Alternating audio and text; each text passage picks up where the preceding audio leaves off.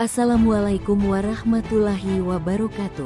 Halo semuanya, perkenalkan, saya Silvi Siti Fauziah, dan dalam video ini saya akan menjelaskan mengenai pajak penghasilan final pasal 4 ayat 2, khususnya yang berlaku untuk penghasilan dari usaha jasa konstruksi.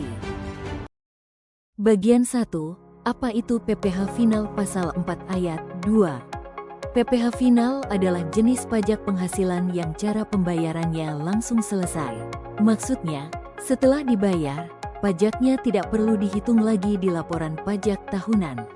PPh final ini diatur dalam Undang-Undang Nomor 36 Tahun 2008, Pasal 4 Ayat 2. Salah satu penghasilan yang dikenakan PPh final adalah dari jasa konstruksi, yaitu usaha yang berkaitan dengan pembangunan fisik seperti gedung, jalan, jembatan, dan lain-lain. Bagian 2, apa itu jasa konstruksi? Jasa konstruksi adalah layanan yang berkaitan dengan proses pembangunan, mulai dari tahap desain, pelaksanaan pembangunan, sampai pengawasan proyek. Ada 3 jenis jasa konstruksi. 1. Jasa perencanaan konstruksi, seperti arsitek yang merancang bangunan. 2.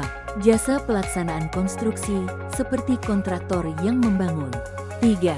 Jasa pengawasan konstruksi, yaitu pihak yang mengawasi jalannya proyek agar sesuai rencana. Bagian 3, berapa tarif PPh final jasa konstruksi? Besarnya pajak yang dibayar tergantung pada jenis jasa dan apakah penyedia jasa punya sertifikat usaha jasa konstruksi atau tidak.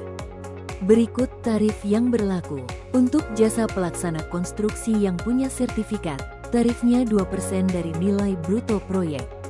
Kalau tidak punya sertifikat, tarifnya 4%. Jasa perencana dan pengawas konstruksi juga dikenakan tarif 4%. Kalau proyek dikerjakan sendiri tanpa kontraktor, tarifnya tetap 2%. Catatan penting, yang dikenakan pajak adalah jumlah keseluruhan uang proyek, bukan keuntungan bersih. Bagian 4, contoh perhitungan PPh final.